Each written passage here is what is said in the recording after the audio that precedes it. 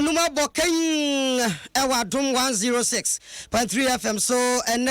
Kasiebo Ayabo no numbre and no one yasin kunai na said ye munimno and canosia Kasiebo ya de banso eye football eko sunti ya twa basia no num de debra wonti sabre de simadua se de animono ye de Kasiebo Ayabo no anumre na ye de ebre wona ensem bebre ene wo Kasiebo mu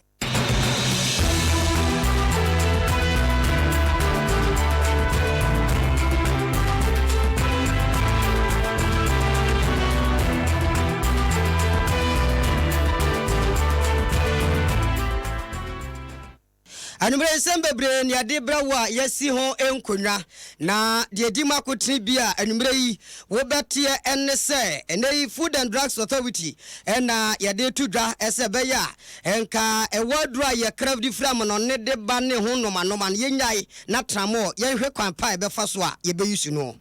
ene ne be komra sebedwom openi ba ko onu de opusunyaka opusuja asen central mra sebedwani Canada compre ko Japan ene wasebo aprameso ma wona Mubarak Muhammad jinaye mra sebedwani owa asoase wose no bechia yam so feko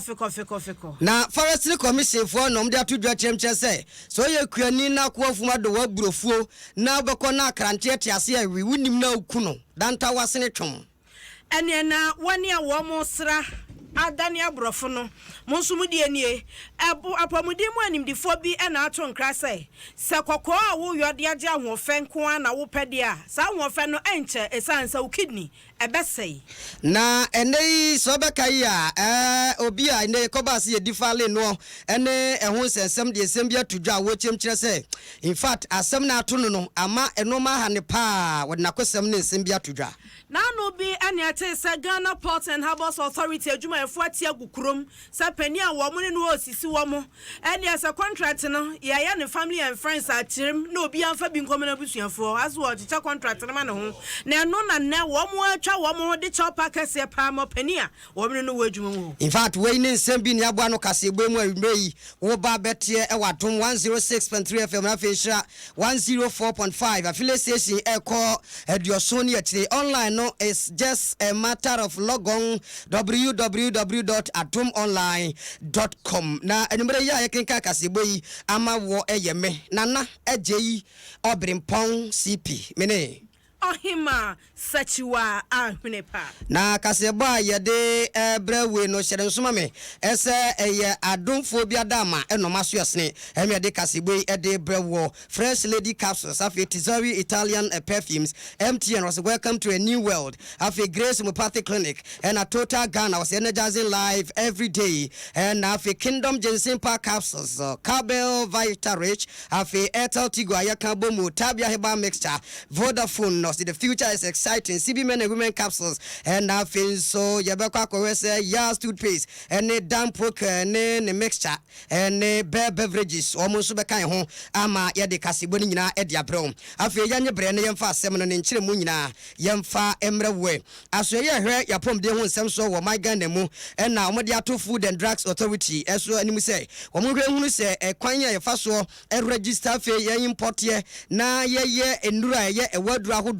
e de bo man mu no de ni titire de kodei ewo mu no ye hwe say ye beyi nyina de afiri ho ne ye jai say de be ye beboa wosiso hwe mu a Food and Drugs Authority no won betime ene pharmacy council na kan bom no ma hwe hunu say adura friend say tramadol no ene emaburu na say aye ensabo eno mo wie no ye betime ayusu no kwampa so a eye kwampa na de apom de bre nipa eruti say Food and Drugs Authority ene pharmacy council ne betime akan bom no matime aye hyehye papa de ato ahun say tramadol no ye betime ayusu no kwampa so no betime aboa sense ene ni akokra wadro de afri ba bia beba ho sensem ne nsem bebre na programs officer the National Drugs Program Department ewo Ministry of Health Brian Asare erodi same way to Adom Kasiebo ma wo chemche say ye no sa ebeboa codeine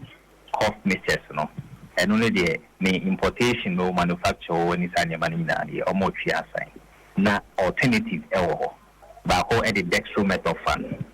the niasa dextromethorphan no ewo mu no enisa too much said na codeine the anything no the no meanwhile so effective for cough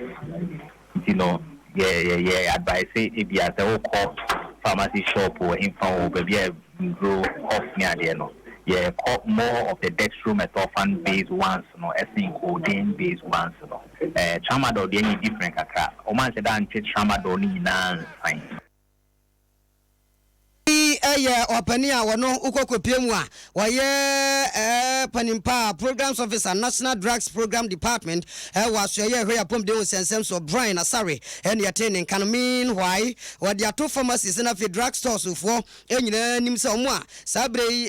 edura yes ya suspend no so omo bi ni se mo de food and drugs authority eni enkomo and afi pharmacy council no na omo hwe kwan ya wo mbe fa so na ye de asiye Omwa yefan say who be or shop or stock dada what to be ansana we a businessman who to be ansana that directive we no eba Timini Food and Drugs Authority I decide where you know komo omubema guidelines kwanya be fa so a wetimi e treaty sa stock no awo no say be but so ba be fa for the abane de on be ya odin omuma ho kwan but the we your penny or your programs officer and National Drugs Program Department Ministry of Health Brian Asare Yatu Kasiebo no so yade yakọ omayimra sebedwom mra sebedwani owo Asen Central Kennedy akompre kon Japan opusu nyaka opusu ja enna wodensa tonobo ahyebo na wodensa abofoma kan katra maso ahweswa wusu ni tisa minority chief whip Muntaka Mubarak babia wo biatie wase wano bekira yam so wo ma kan wasma manne ye twe na bo so omra sebedwom se omra pie o privileges committee animu no wase sankanya wano enna akoma asemi so omra sebedwom a ankonu obi ani asem Muntaka Mubarak akoma asemi so kobo omra sebedwafo amane yesai Kennedy kompra ko Japan akasa ma fedie na no wadidi atra suo adan ya wase Kennedy akwa gina bonten so kasa tenten yesi adensam nenam amwa akwa say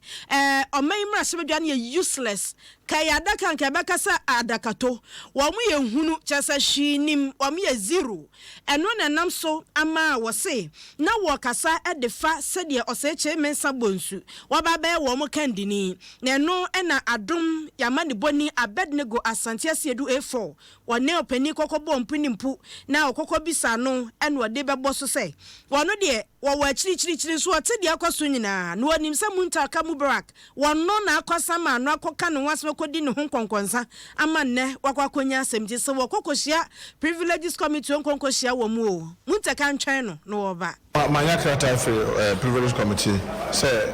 evidence be am obi am memfambra na medical na almost Yami Adoma Benada I should come before the committee na omi mbisa me said the semina asete so I'm very hopeful say Yami Adoma Benada I will appear before the committee na mako yima no because assembly putting honorable can of say a good parliament move so you mean I want to say the parliament phone modit hona I mean this is useless parliament I don't think this parliament is useless ana sabu yema okafa majority leader ho even the matters and say wa pa ho acho na dey but media do say we before the committee na dimina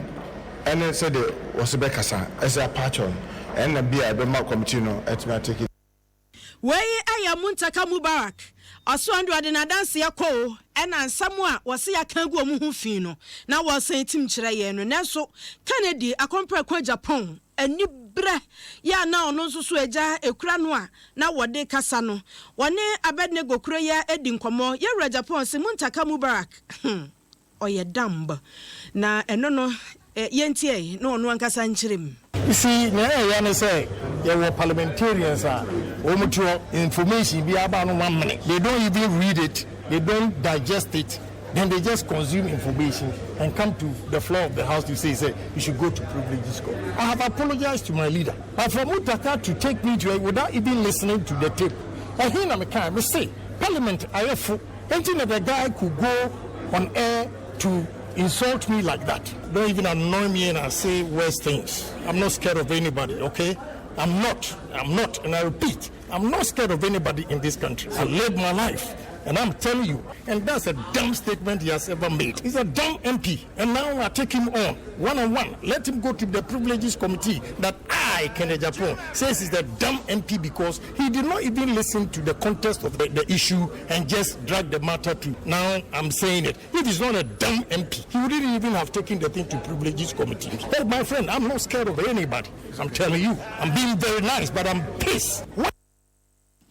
Kennedy akompra kwa Japan sinibuafu pa wo hye ne ho so said ya beya onye bibi mentra so na abufu pa de ebu onimu kakum yetie wono ankasa nanum na minority spokesperson on legal affairs Inusa Fuseni enso ba mu bi eno se Kennedy Japan se say de wakasa momobu omani aguso na wedie no krani atrashi atrapo na wo wieye eno senke ekono nko ade a na futu ode mama ken ne se anka ompa chew na asam no enkwankwada sanse onsam yadin bebira emubu na wosesenka wo eyeye ena wo ja bibia mo amaka na anka majority leader wo pa ne chew ama obi ahu so kan yempa bi abufuo so a anka ogiri se eno beboa. I won't hold it against Kennedy Japan. I know Honorable Muntaka, I know Honorable Kennedy Japan. I don't think dampness is in talking. Parliament and Kasa, the ruling order say Kennedy Japan on appear before the Privileges Committee. As a sign of respect, the first action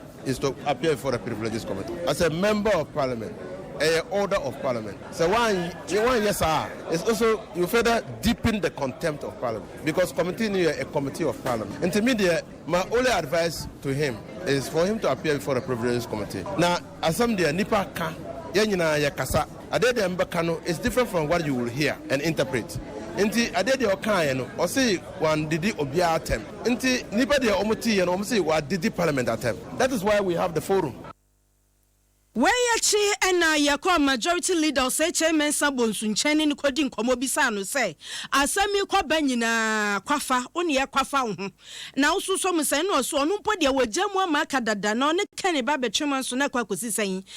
etre nkan chese baby for me fankodi ena wo ma say senate kyerema wo mu nyina nete faako enti we mponya asam ono de wo fa ya kra ma awia boso ana awia kotoso na wo sese eba mra se bedwade no de se wo mbegya amaka se wo mu betwe na so de wo de befa no ono nko antimi nhye enti eno de agise mra se bedwa enhyehye no wo mu di so Mati Sabatu, say Pacho, and I said, Panisi, say Akoda, Ujan Nangu, Namana, Naswa, Unchampion,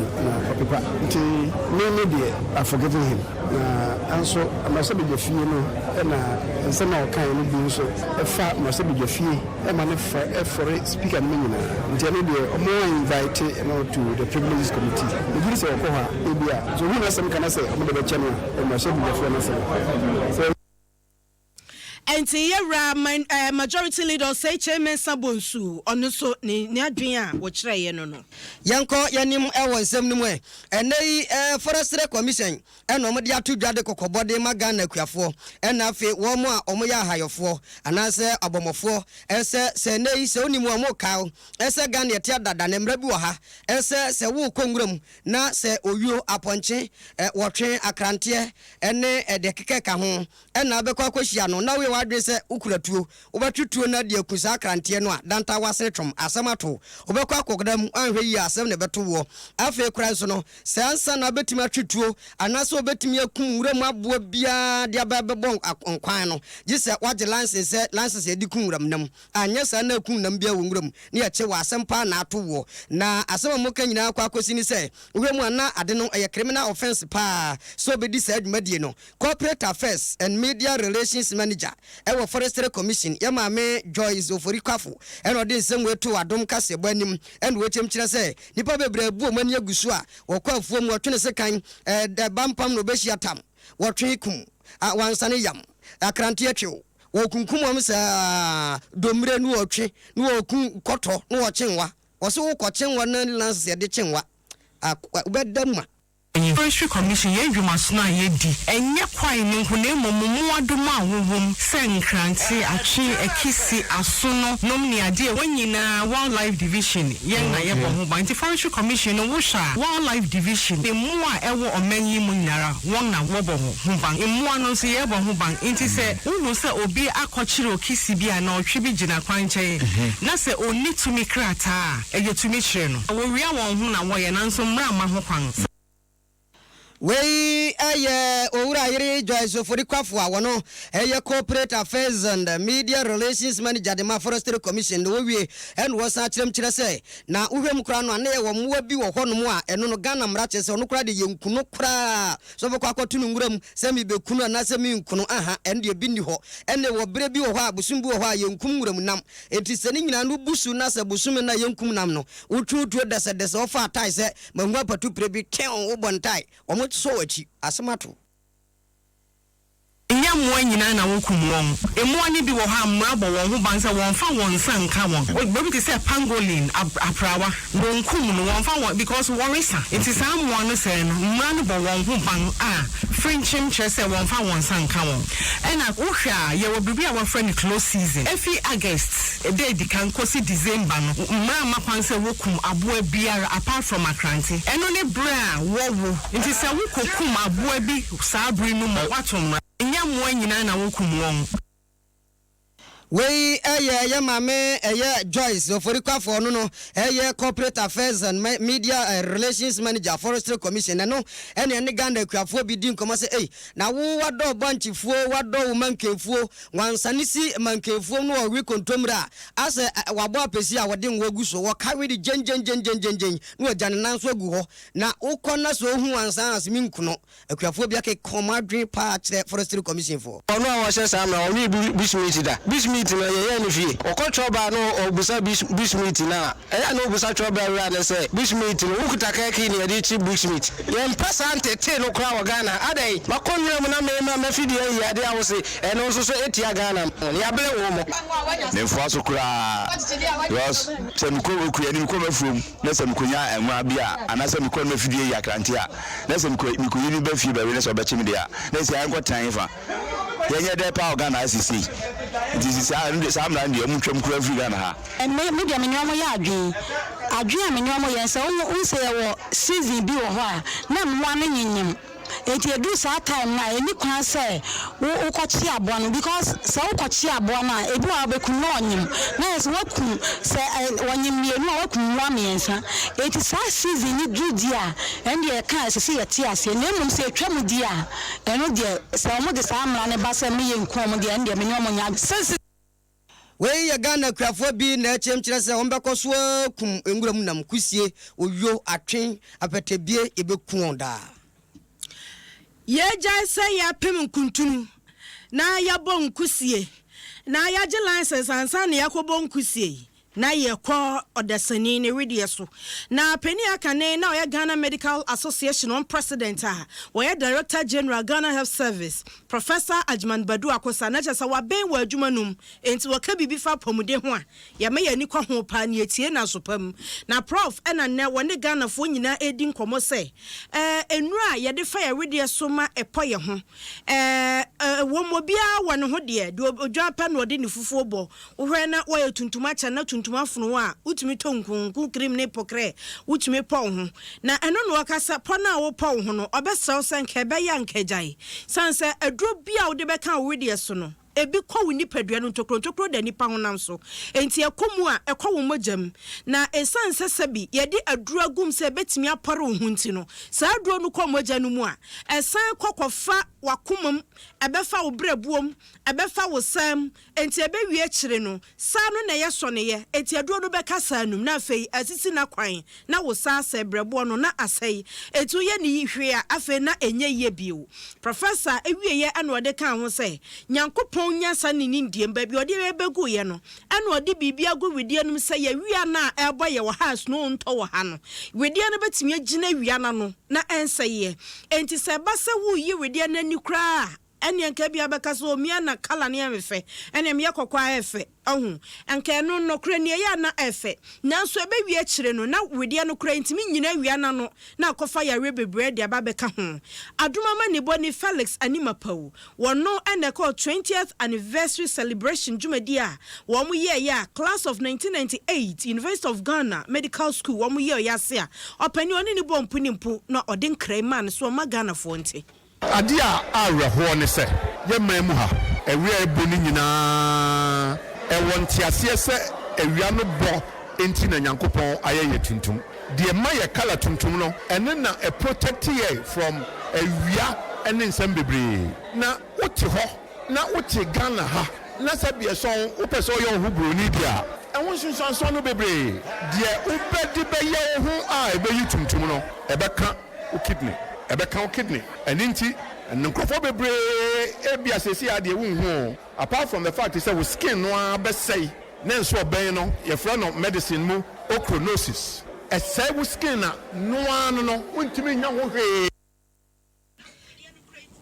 eti we no eye ensam a opani dia to dwa se nyina yamfam yantema no wo sranku na de yarebeba de na ne wagyae professor wieye ene wo say opesa Ghana 40 ase say ya yare bi ho no mo a ni patiminya eno no ye bon won paye na dokitafo ani abere na wo mo boase de be ebenya no aduro na ebu ho no ma wo pa no aduro nkrache de bia se ehi esansa wotefa ko to so fo che umtan tutui na wakwa aba na fifratew obu ho no ma on kai de twatwo kra fifrete no ne ka mekon efie ekon dwumam ekon enti de bia ekon efifrente no wonye exercise enu osifa akofo che kon ha ne ha kra enu obefra uba wo se sa de no ede yade ahodo bebre na ebreye non communicable diseases no chronic disease just ɛwɔ ho a asa de ɛno betna na meme de ne sɛ enema masa yare no ba no bibia ye di ne debia yetiwe yenye exercise san nyema no na de sa yare no ba nti sɛ wo nya san nyema no ho hwe de a ene na aduro na wo fa no entu yare na se eni nti no wo fa waduro no na waduane no wo hwe waduane no na afei exercise debia ye ka sɛ exercise de unye bia na kyese unni ahotɔ unye bia ka ma na obi kan say you're on the road to good health but when you exercise there na say o ka say wo ahotɔ there ene na aboa non communicable diseases no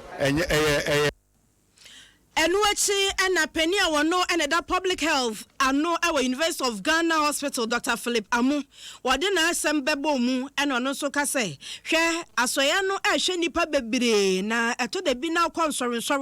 baby aye kompai bone osoma hodro ne baby nipa di ehia bebre na akokɔhwe omumu a yare aye a wuhu no kra ni eya na ahomete ni nyina ne se Ghana for yempe check up se obɛhyɛ da akosa menyare emomba behwe mapomudin se me hote sen na wase eno na ma yade hyehyɛ nipa no bi ho a wo munimu no obi ba hospital sia ye hwɛ no wompa hospital mpa so ye bɔ no paneɛ ye bu ano no na ne visitors na ɔne ɔmo bae ne busuafo no ye check ɔmo sɛ ana wo wɔne bi hye ɔmo mu a ɛsɛ sɛ ye pie sorry ɛsɛ ye pie free hospital ye kokɔ sorry ye kokɔ mosque wo ye kokɔ gathering any social gathering bi agbaja bobo na mbebo ye friend sɛ aboachire na mbeyo every festival bia na somudi health screening. Oh doc ye kra kwam simpani ho ana asese omo famre wo fie ebi ombeti wudi we eye afutuo ya pani a wono na hwe public health so at University of Ghana Dr. Philip Amu wode emayen ebi eye class of 98 na owie medical school na afi na mi Jesus no na ayi ukura ka na otiemi a enkoto engine wa bia ye total excellium na me kan for dia ma wo clean engine fine pa wo de ka ne na mo tim se engine mu da ho su fine bibia kama enam na kwa so pollution bia nim tuntutuo basa en ma engine nso nyini chew tumirika bia so awope chese boy engine ho banya to the extent say you cannot imagine a chese ye fine pa anti total de eno ene ne Ghana fo nyina ya dia tum say ye de ebo ye ka ho ban trot taxi ne what have you motor phone na total excel me no na esese uyesubie na mamen kan bo se MTN bomu eno na sabre ba ne se financial transactions ahodo pa se very easy, accessible and flexible e Ghana ha no na MTN momo transaction eno na ye kan for myself ahohyem ama transaction se sikasem ye di sika tre krane akwabde ba no aye easy kra afi so very secure and safe at is obi antimi mebonwura mu de hia ne se umomo pin no de bia be hunu se ye wan kasa wu secret a kire se ehye wo ho timi aboa wo se MTN phone fraud da ese umomo pin fama yen ana se transaction bi ma yen cheche obi bi menye se ma obi am fraud da se ba se obi efro se mo MTN na se ni se ya wo de frɛ 100 wo frɛ 100 a na kire se MTN service no wo no wadi nkomo na wo se kromfo pɛ so obowura wa so ye na wo mo so track no na wonom ene no edi information bia nso a o pɛ no na kire se ne watimi email no eye fraud.gh@mtn.com na chese wabo na so send the text at 1515 na chese na kono everywhere you go MTN momo dede na enei opeso otukwan ekọ Russia dia na me kanfo dia ma se Paris travel consult na me kanfo dia ma wo mo na ebo awadu otukwan e dia akọ Russia within a few minutes na hours na chese wakọ akudu afen so behwe hu se obi bia ticketing obi bia ye kama na opeso okọ hwe ball ekọ koso ibi so a wodo be cost stadium bia peso kokko hwebo ni bie no eno so be ho hihye nyina chese wo kwa uni problem bia wo hwe Paris travel consulta na waba Kumase Bantama GNTS na kranso dankwa first ho na ubehu ye bomodia na uni ye indi ensawo no kwantu 73 Russia bolo ayebodie 0557443314 na 0558440071 womo eno boy ama yede abrewo na kolebu cardiothoracic center eno kyerese akoma ho adwuma no yo na omo kyerese omo de adesede eto aban nim na afi ankrankron mo ya aboafo fedam travis eso omo nyina mra meboa na emfidi ahodo obetim de aye adwuma na obi akoma how problem bia ba yebetim agina no so ahwe no pani ba ko eba operation wadi mitintimai pa ewaso ye ho Dr. Innocent Azamli eno ne Adom Kasiebo adi nkoma wo chemkyerese ohwemu a na omuhia no ma hodo bebre no de ato equipment be 50 equipment a chese bebo amum dwumadie ekoso wo de semgo nyina to dwa wa bra Kasapre company limited for ekokoma wo mo sika ye check 75,000 Ghana cedis so mo nye no mo fa ndwo mo no ma no na Dr. Innocent edi atudwa wo chemkyerese uhwemu ana we ka ho Kasapre kun o mabo mo 600,000 Ghana cedis a eno nipa bebro aduonum and etimi age wo mo nkwa amanfo so meka ho. Well, apart from the money for the surgery, there are some instruments that we need. So we want to urge corporate bodies to get in touch with us. We have a list of them available so that when they want to help us, we'll give them the list and then let them help us so that our work here will go up and up each day. For example, we need a machine called heart lung machine. We need a new one. We need something called ventilators. Enti weno pania wono no Innocent wo cardiothoracic honum na no na marketing manager wo Kasapre kon ado secondie so e dia tudwa sentia wo mutwisu ho ene koya ado ye ba unit ase na doctor Shrebo oda no ye no wo very good relationship a de bia yedi nkomo enti omo equipment na o maka say omo hia identities no yes so ba ko dwe hu na ye dey still I support you mo dem dey make so ni say say a week purified drinking water ye na set piece no e ba say product ye ti hu sika e dey supporting ko for enti yes so be can other companies no we marketing manager de ma Kasapre company limited ado sa ko de Eniana we efri omeyi ayaso ya wo mo hwa no ne nsem ene sa ye ne amaya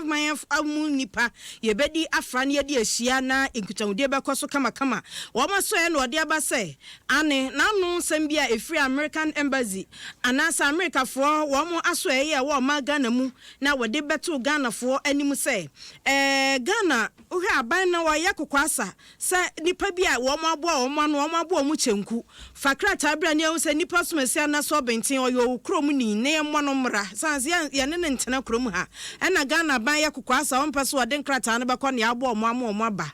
na eye Ministry of Foreign Affairs and Regional Integration wode abeto dwa SS asam no omo so omo animusem na oma Ghana ban so wodi mra ne hye bia so ye International Civil Aviation Organization womra no wodi ni nyina so a de womo aka no say no kresa nya no kre womu gusu etu wanamon na womu nya bibia so be ma Ghana ni bi ho akere na na so wakọ atiti msa Ghana ni a watu kwan akwasa waton fie japade akọ brade aba be hwefie oba ja boga 1 ya hoahoa no na asema chene si ofa krata bra na memmo no asotro sa de mu oya pa na krata i chema wo say wogusu ya hyehyede se de be ya bibia ya wo so mo ye fa ho no wo beyo na ensai oma Ghana ene America fo ayonkofa no in fact Kasiebo nasi ya kenka de ma wo no eyeme nana ejeyi Oberimpong CP animremene ohima sexual hwene paka isa work up ninti ya Kasiebo no free ne akokosisi ebe wie no eye nonum ene dubako na womo so ya senior sponsors e Kasiebo mu no